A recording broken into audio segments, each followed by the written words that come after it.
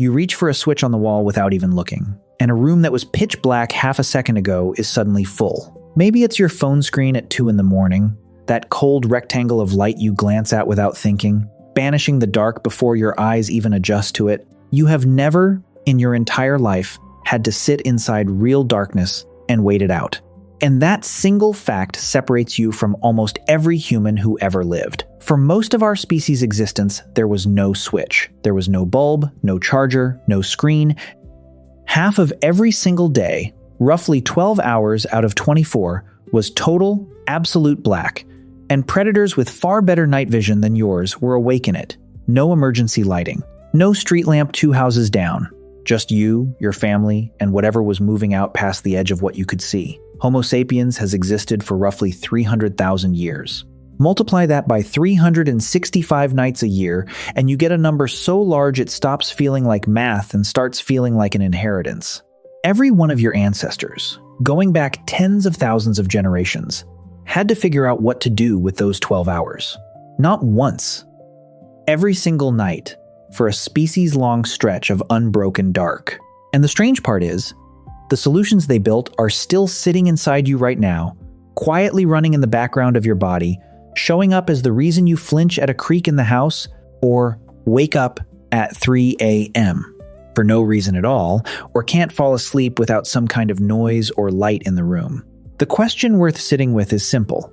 What did they actually do out there, in the black, with something possibly circling just beyond the tree line, and how much of that solution is still operating inside your nervous system today?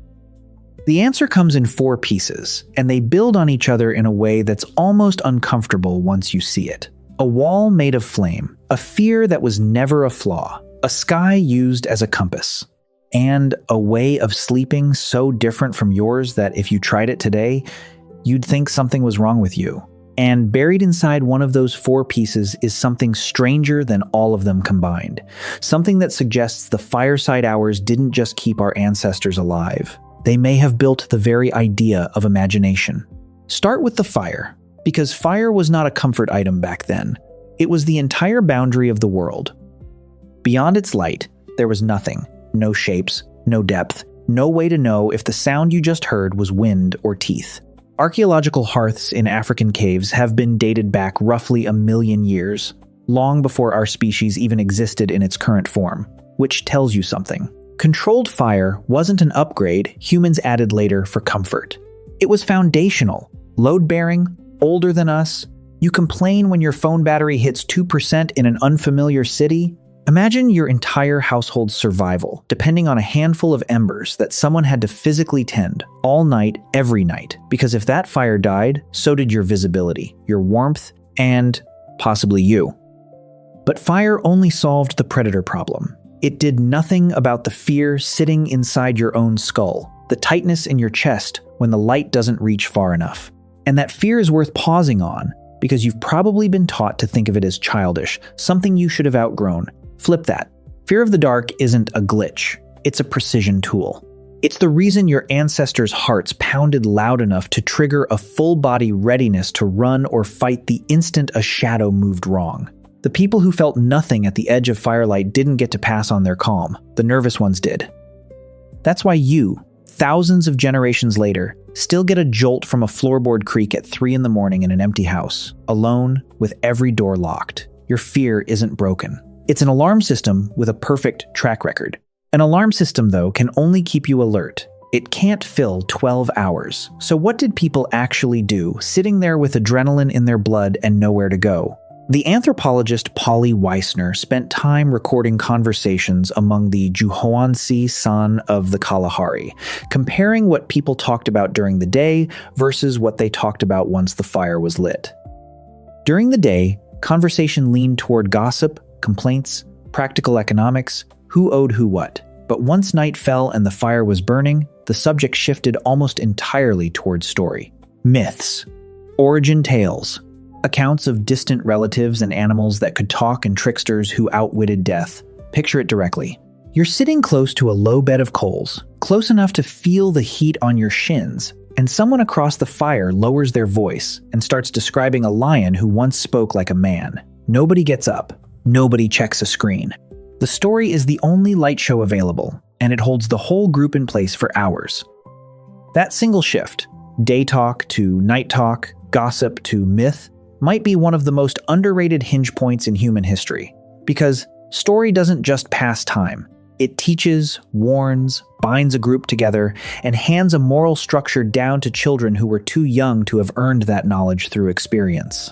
The fire didn't just illuminate faces, it seems to have created the conditions where imagination had somewhere to go. And here's where the story widens instead of narrows, because the dark wasn't only something to be endured around a fire, it was also read. Ancient wayfinders used the position of specific stars, their rise and their set, as both a clock and a compass, tracking seasons and directions the way you'd glance at a phone map. The night sky that you might glance at once a year, maybe on a camping trip, if you're lucky enough to escape city light pollution at all, was for most of human history a working instrument, checked constantly, memorized in detail, passed down like a language. The dark wasn't only a threat to survive, it was a tool people learned to use, the same way you use an app without thinking about the engineering behind it. But eventually, fire tended, fear managed, sky read, the body still had to sleep. And this is where things get genuinely strange, because the way people slept through those long nights barely resembles your solid 8 hours. Historian A. Roger E. Kirch traced references across pre-industrial written records to something called segmented sleep, a first sleep and a second sleep, separated by a waking period in the middle of the night that could last an hour or more.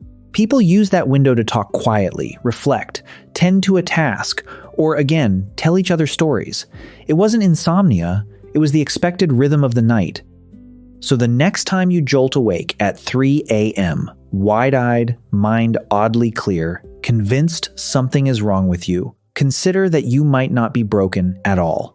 You might be running an ancient scheduling pattern that modern life simply forgot to explain to you. Put all 4 pieces together, and the fire stops looking like a footnote and starts looking like the origin point.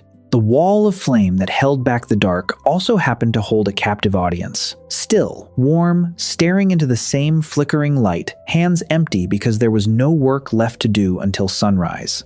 Wiessner's finding that night talk tipped so heavily toward myth over gossip suggests something larger than entertainment.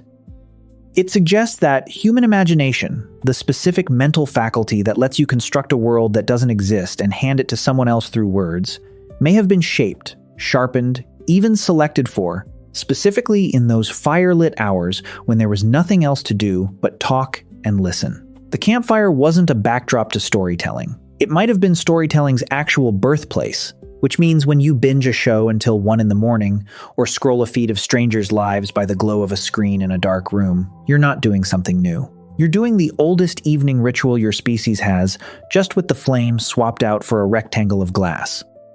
The impulse is identical. Sit still in the dark and fill it with narrative. Almost nobody alive today has experienced what your ancestors experienced nightly for hundreds of thousands of years. True, total darkness, no artificial light for miles, nothing but firelight and whatever the eyes could adjust to. We solved the problem so completely that we erased the memory of what it demanded.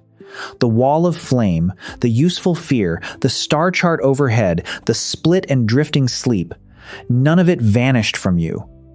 It just went quiet, waiting under the surface of a body that still flinches at shadows and still wakes at odd hours and still, given a dark room and a little silence, reaches instinctively for a story to fill it. The switch on your wall didn't erase the dark. It just gave you somewhere to hide from remembering what it used to cost.